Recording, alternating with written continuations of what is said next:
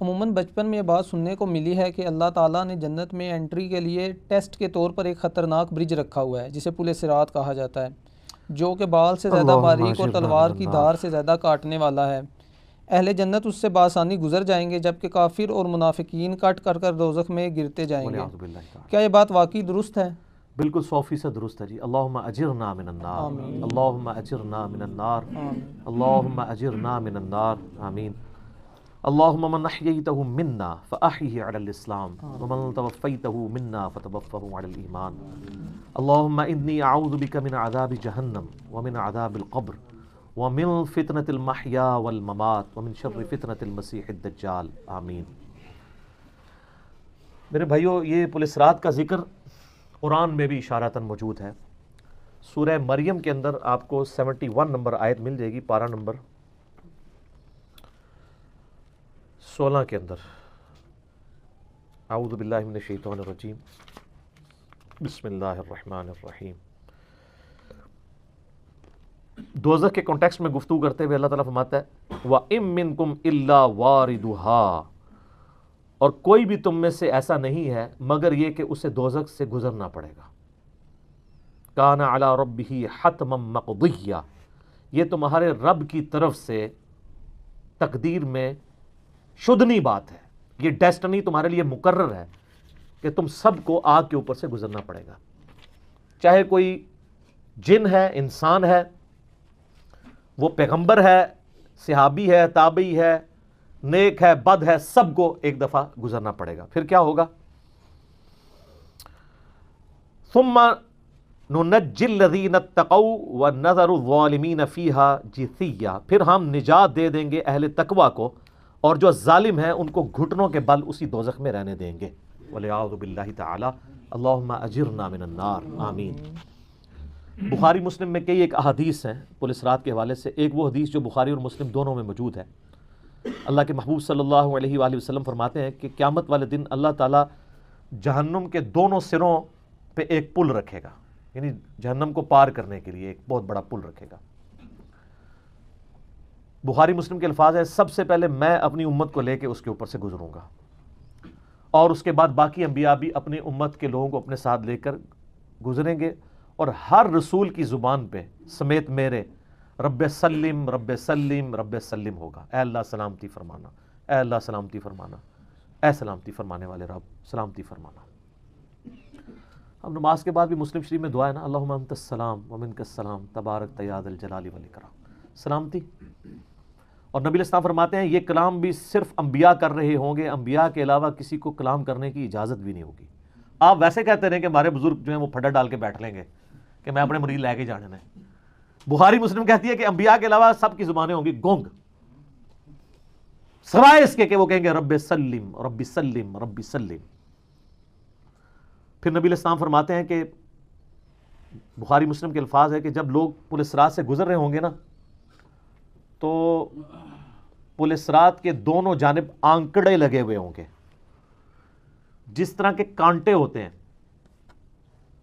اور وہ گزرنے والوں کو زخمی کر رہے ہوں گے، اور اٹھا اٹھا کے مجرمین کو دوزخ میں پھینک رہے ہوں گے۔ جیسے کرین کی آپ سمجھیں کہ وہ آگے کرین سے وہ چیزیں اچک کے پھینکی جاتی ہیں نا، تو نبی علیہ السلام فرماتے ہیں اس طرح وہ اچک کر جہنمیوں کو اس پل سے گزرتے ہوئے اچک کر پھینک رہے ہوں گے جہنم میں۔ اور نبی علیہ السلام نے یہ بھی فرمایا، بخاری مسلم کے الفاظ ہیں کہ ہر شخص اپنے اعمال کے مطابق گزر رہا ہوگا، کوئی سرین کے بل گھسٹتا ہوا جا رہا ہوگا، استغفر اللہ تو بولے، آپ سر اس منظر کو امیجن بھی نہیں کر سکتے۔ یہاں تو کہتے ہیں لوگ جو کچھ بھی ہیں تیرے محبوب کی امت سے ہیں، تو وہ امت کون سی ہے جو گزر رہی ہوگی؟ وہ آپ ہی لوگ ہی ہیں، ہم لوگ ہی ہیں۔ اللہ تعالیٰ سلامتی کے ساتھ ہمیں گزار دیں، آمین۔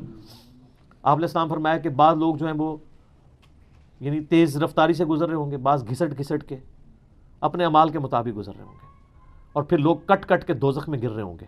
بخاری مسلم کے الفاظ ہیں، اس پل سے کٹ کے دوزخ میں گر رہے ہوں گے، پھر وہ دوزخ میں رہیں گے یہاں تک کہ اللہ تعالیٰ ان کے لیے کوئی فیصلہ فرماتا ہے۔ والعیاذ باللہ تعالی، اللہ تعالیٰ کی پناہ۔ اللہم اجرنا من النار، آمین ثم آمین۔ صحیح مسلم میں ایک حدیث ہے، ابو سعید خدری کہتے ہیں کہ ہمیں یہ بات بھی پہنچی ہے کہ وہ پل جو ہے وہ تلوار کی دھار سے زیادہ تیز اور بال سے زیادہ باریک ہوگا۔ یہ الفاظ بالکل صحیح ہیں صحیح مسلم کے اندر۔ تو اس پل سے تو کوئی بندہ مہارت کے ساتھ بھی نہیں گزر سکتا، کوئی چائنی بھی نہیں گزر سکتا، وہ جو تو یہ اس کے اوپر سے گزرنا ایک معجزے والا معاملہ ہی ہوگا جس کو اللہ تعالیٰ نجات دے گا۔ اور یہ جو میں نے آیت پڑھی نا سورہ المریم کی آیت نمبر 71، اس کے کانٹیکسٹ میں کتاب التفسیر چیپٹر میں امام ترمذی اسی آیت کو ہیڈنگ بنا کے نا اس کے نیچے ایک حدیث لے کے آئے ہیں۔ یعنی یہ جو میں نے کہا نا قرآن میں پل صراط کا ذکر ہے، امام ترمذی کا بھی یہی فہم ہے۔ انہوں نے اس آیت کی ہیڈنگ بنا کے جامعہ ترمذی میں حدیث لی ہے بالکل صحیح سند کے ساتھ پل صراط کے حوالے سے، کہ نبی صلی اللہ علیہ وآلہ وسلم نے ارشاد فرمایا کہ یہ پل صراط جہنم پہ رکھا ہوا ایک پل ہے جس پر سے لوگوں کو گزرنا پڑے گا اور ہر شخص اپنے اعمال کے مطابق گزرے گا۔ بعض لوگ بجلی کسی تیزی سے گزر جائیں گے، جیسے آسمان سے ایسے بجلی کڑک کے نیچے پتہ ہی نہیں چلتا ود ان سیکنڈس۔ بعض ہوا کی تیزی سے گزریں گے جو اس سے کم نیک ہوں گے۔ بعض گھوڑ سوار یا اونٹ سوار کسی تیزی سے گزریں گے، بعض بھاگتے ہوئے گزر جائیں گے، اور بعض جو ہیں وہ پیدل چلتے ہوئے، اور بعض سرین کے بل گھسٹتے ہوئے۔ سر اتنا لمبا پل، پتہ نہیں کتنی مسافت ہے، بلکہ بخاری مسلم میں الفاظ ہیں، نبی نے فرمایا کہ اس پل کی لمبائی اللہ ہی بہتر جانتا ہے، مجھے نہیں پتا کتنی ہے۔ ہائے ہائے ہائے ہائے۔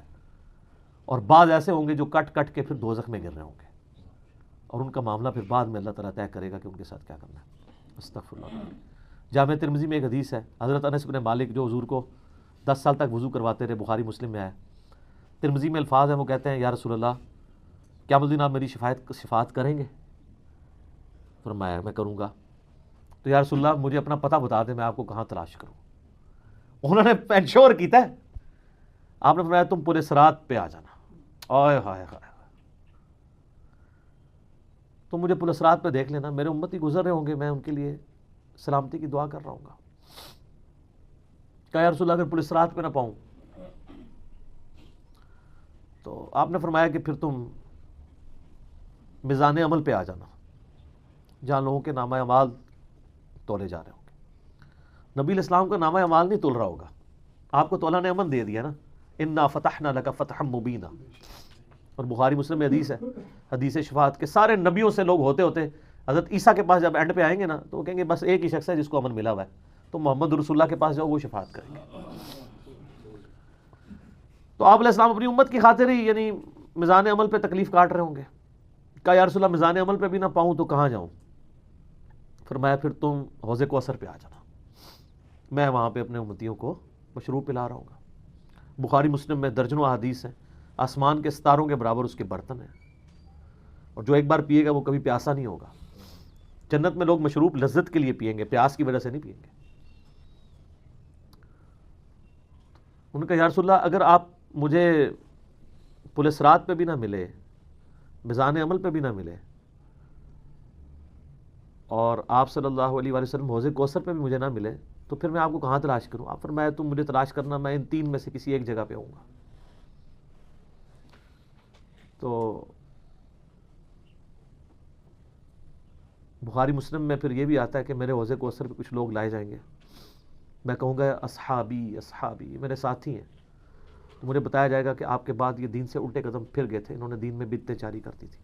آپ فرماتے ہیں میں کہوں گا سحقا سحقا لمن غیر بعدی، کو دور کر دو مجھ سے، میرا ان سے کوئی تعلق نہیں ہے۔ بخاری مسلم میں الفاظ ہیں، عبداللہ ابن ابی ملیکہ جب یہ حدیث بیان کرتے تھے تو کہتے تھے اے اللہ ہم تیری پناہ میں آتے ہیں اس چیز سے کہ تیرے نبی کے وفات کے بعد ان کے دین سے الٹے قدم پھر جائیں۔ یہ وہی لوگ ہیں جو حضور کی وفات کے بعد مرتد ہو گئے تھے، مسلمہ کذاب کے ساتھ مل گئے، منکرین زکوٰۃ میں شامل ہو گئے، سیدنا ابوبکر کے خلاف کھڑے ہو گئے۔ اور یہ صرف قانوناً صحابہ کے بارے میں صرف یہ حدیث نہیں ہے، عام امتیوں کے بارے میں الگ سے حدیثیں ہیں بخاری مسلم میں۔ یہ نہ سمجھیں کہ پچھلے لوگوں کے لیے، قیامت تک کے لیے جن لوگوں نے دین میں بدعتیں جاری کی ان کے لیے حدیثیں ہیں، اس میں امتی کے الفاظ بھی ہیں، وہ بھی بخاری مسلم میں۔ اور امت کیا کر رہی ہے؟ صحیح مسلم میں حدیث ہے، نبی علیہ السلام ایک دن اتنا روئے اور ساتھ ساتھ آیتیں پڑھ رہے ہیں قرآن کی۔ پہلے آپ نے سورہ ابراہیم کی وہ آیت پڑھی جس کا ترجمہ یوں ہے کہ ابراہیم علیہ السلام کہتے ہیں اے اللہ شیطان نے کتنے لوگوں کو بہکا دیا، تو جو شیطان کے رستے پہ چلا میرا اس سے کوئی تعلق نہیں ہے، یعنی اعلان برات کر دیا اپنے ماننے والوں سے۔ پھر آپ نے سورہ مائدہ کی وہ آیات پڑھی جس میں حضرت عیسیٰ علیہ السلام کی اور اللہ کی قیامت کے دن گفتگو ہوگی۔ اس میں عیسیٰ ابن مریم کہیں گے اے اللہ جب تک میں ان میں موجود تھا میں ان پر گواہ تھا، جب تو نے مجھے اٹھا لیا پھر تو اور تیرا ان کا تیری مرضی، ان کو عذاب دے یا چھوڑ دے۔ اعلان برات، پھر حضور نے کہا کہ یا اللہ ابراہیم نے بھی اپنی امت سے اعلان برات کر دیا، عیسیٰ نے بھی کر دیا، لیکن میں کہتا ہوں میری امت، میری امت۔ آئے ہائے ہائے، صحیح مسلم کے الفاظ ہیں، حضرت جبرائیل علیہ السلام آئے اور کہا کہ اللہ نے مجھے آپ کی طرف بھیجا ہے، اور کہا کہ میرے محبوب سے پوچھو کہ اس کو وہ کون سی چیز ہے جو غم زدہ کر رہی ہے، حالانکہ اللہ کو سب کچھ پتا تھا۔ آپ نے فرمایا میری امت، تو جبرائیل علیہ السلام نے پھر اللہ کی طرف سے بشارت دی کہ نبی علیہ السلام کو کہ اللہ تعالیٰ فرماتا ہے کہ اے نبی آپ غم زدہ نہ ہو، ہم آپ کو آپ کی امت کے معاملے میں قیامت والے دن رسوا نہیں کریں گے۔ تو سبحان اللہ تو ہم پڑھتے ہیں، لیکن ہمارے ایسے کرتوت نہ ہو کہ سحقن سحقن لمن غیر آبادی نہ ہو جائے کہیں، سحقن سحقن لمن بدل آبادی نہ ہو جائے کہیں، یہ بھی تو چانسز ہے۔ استغفر اللہ واتوب الیہ۔ نبی علیہ السلام نے تو اپنی محبت کا حق ادا کر دیا، اور مسلم شریف میں حدیث ہے قیامت کا دن وہ ہے کہ جب ابراہیم علیہ السلام بھی میری طرف متوجہ ہوں گے، جس دن کوئی بھی اللہ کی بارگاہ میں کلام کرنے والا نہیں ہوگا، میں ابراہیم علیہ السلام کی سفارش بھی میں کروں گا۔ حضور کی سفارش کے بعد انبیاء کو بولنے کا موقع ملے گا۔ اسی پہ وہ اعلیٰ حضرت کا شعر ہے نا، وہ جہنم میں گرا ان سے جو مستغنی ہوا، ہے خلیل اللہ کو حاجت رسول اللہ کی۔ بل ہم شعر کہہ سکتے ہیں، ہم محبت کے لیے نعرے مار سکتے ہیں، لیکن نبی علیہ السلام نے جو امت کو تعلیمات دی تھیں حجۃ الوداع کے موقع پر، غدیر خم کے موقع کے اوپر، امت نے کسی ایک وصیت کا بھی پاس نہیں کیا۔ اب یہ ایک دردناک ٹاپک ہے، جتنی مرضی بات کی جائے نہ ختم ہونے والی ہے۔ بس اس کو اسی پہ کنکلوڈ کرتے ہیں کہ اللہ تعالیٰ قیامت والے دن ہمیں اپنی رحمت کاملہ سے اپنے محبوب صلی اللہ علیہ وآلہ وسلم کی شفاعت کے ساتھ قیامت کی ساری ہولناکیوں سے بلا حساب و کتاب جنت میں داخلہ عطا فرمائے۔ آمین ثم آمین۔ ٹھیک ہو گیا۔